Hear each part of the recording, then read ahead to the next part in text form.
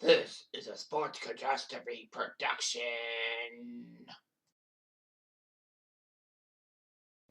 Hey there, hello there. It's Jeff Cardami welcoming you to another Sports Catastrophe on this day. And on this day, February 16th, 2005, the NHL officially announced that they would be locking their players out. Kind of stupid, don't you think? So anyway, the 2004-05 NHL lockout was a labor dispute that had the cancellation of an NHL season, which would have been the first major professional league to actually not have a season. The dispute was the salary cap to try to limit player salaries and all that. And people wanted revenue sharing. Attempts at collective bargaining failed. September 16th was when the lockout started. One day after the expiration of the CPA that happened after the 95 season. So the lockout lasted 10 months and 6 days. And it was the first time the Stanley Cup was not awarded since 1919, but that was because of the Spanish flu pandemic. This is the only time the whole season was canceled because of labor dispute, and only the second time the postseason was canceled after the baseball strike ruined the 94 season. And NHL players decided to go to Europe. So basically, I'm not going to get too much into it, but basically a salary cap. Bettman wanted a salary cap because, he sees that many franchises are failing to pay for high player salaries, and basically, the competitive balance has ruined. Because the big market teams, Toronto, Montreal, Detroit, Rangers, Vancouver, Philly, and all them, basically were getting all these free agents, and a lot of people said they didn't.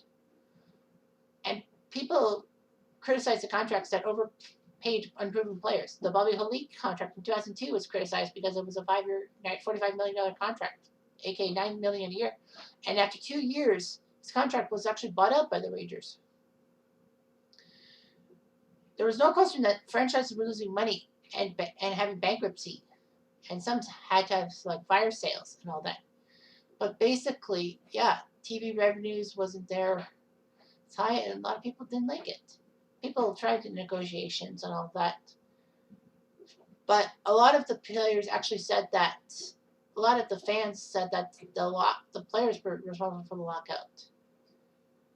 Basically, there was a movement to free the Stanley Cup from the NHL because, it was supposed to be a challenge cup to the best hockey team in Canada. And it was competed exclusively by NHL teams since 1926, as well as 2000. Everyone thought that the NFL forfeited its right to award the cup, so they wanted to have a challenge cup. Sadly, though, there was no end in sight, and the Stanley Cup stayed unrewarded. They did get a resolution and all of that. To ease the transition to the salary cap, teams were allowed 1 week to buy out players at 2/3 the cost of their remaining contract, which wouldn't count against the salary cap. And bought out players couldn't re-sign with the same team. So basically, it really had an effect on the NHL. Because not only did they lose a full season and basically become the laughingstock of the Big Four leagues, Bob Goodenow, who was the NHLPA executive director, basically was seen as the fill-in because of his hardline stance. Resigned from his position and basically was kicked to the curb. And Bill Daly was promoted to deputy commissioner. So basically, the lockout helped franchises better manage their finances and increase their value. And they finally did get a good national TV rights for the U.S., with NBC and Versus stepping up to the plate, and the launch of the NHL network. Although that would be in America, because Canada already had an NHL network set up. 26 franchises saw an increase in value since before the lockout. Pittsburgh, who almost got bankrupt twice and almost had to move twice, but thanks to Mario Lemieux using some of his money to save the team, Pittsburgh was safe and all that. The value of the team jumped by 161%. They won the Sidney Crosby sweepstakes, which meant they got the pick number 1, and they actually got a successful construction of an arena to replace Mellon Arena, or the Pittsburgh Civic Center, if you will. The only teams that lost value from before the lockout was Phoenix, the Cupcakes, aka the Islanders, Stars, and Avalanche. But Europe was not too happy too, because a lot of the players decided to play in European leagues. And of course, players who were on that team would have to make room for the NHLers, or the Gaijin, if you will. That. So yeah, it was just kind of pathetic, if you will. But yeah, a lot of people moved. North America, they were trying to find an alternative. They wanted to revive the World Hockey Association, but it never got off the ground because they had a lack of stable financing. And the original Stars Hockey League was supposed to be a big one, 4-on-4 between 6 teams representing the original 6 cities in various Canadian cities. 100 people signed up, and it actually debuted and all that. But unfortunately, they only played 2 games and all that. Salary demands by players bankrupted the league, and basically, only 20 players would confirm to, firm commitment to the league. So basically, they folded and all that. So there were some players who went to the AHL for a long time, and basically, the ECHL and all that. However, the biggest benefactors from this one-year strike was minor hockey leagues, because the OHL saw great TV ratings, and the Memorial Cup had a big thing. Everyone was interested in the 2005 Memorial Cup with record TV ratings. Well, the tournament was in London. The hometown London Knights took down Sidney Crosby and Hittsburgh-Ruski Oceanic 4-0 in the final.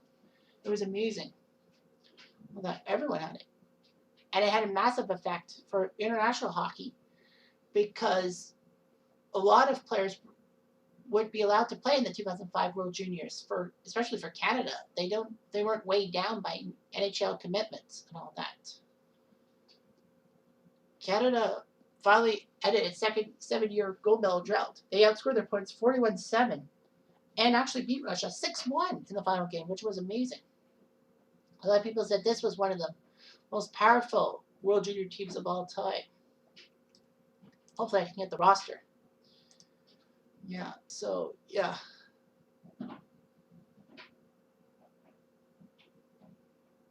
There were a lot of players who actually didn't want to compete at the World Championships. All that. They're not giving us rosters. I guess they won't give me a roster. That's all right. So anyway, in the World Juniors, 4 of the top 10 point getters were Canadian. Patrice Bergeron, whose rights were with Boston, Ryan Getzlaf, whose rights were with Anaheim, Jeff Carter, whose right with Philly, and Sidney Crosby, who was going to be drafted first, or for the 2005 draft. Jeff Glass ended up being the goalie, and people forget about Jeff Glass being on that team because he wasn't an NHL regular, till Chicago needed him 6 years later. Dion Phaneuf also was a huge member of the team, but I guess they won't give us the thing. Or will it? Yeah, they don't. Yeah, they're not really giving me any rosters, which kind of sucks. Because, I mean, it would be great to see. But, yeah. There were a lot of effects outside hockey. Canadian fans tuned into the CFL, and they had a lot of attendance and TV ratings during the final weeks of the 2004 CFL season. National Lacrosse League had some boost in attendance. The NBA had big gains in attendance that had markets that had both hockey and basketball. The NFL and MLB saw minor gains, not a whole lot. MLS became profitable, they said. All that.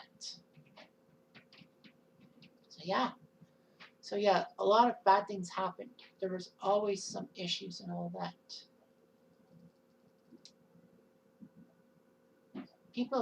The players finally caved in, but I feel like the players screwed themselves over. In the end, no one won. You think the owners won, but they didn't win because, they lost a lot of revenue to do with hockey and all that. For how stubborn the players were, they had some good points. And Gary Bettman still is hated to this day. But what might have been, could the Leafs have made a playoff run in 2005? Probably not. Would we see Calgary or even a Canadian team lift the cup to end the then 12-year drought that's now picked up to 28 years? I don't know. Who knows? Who cares?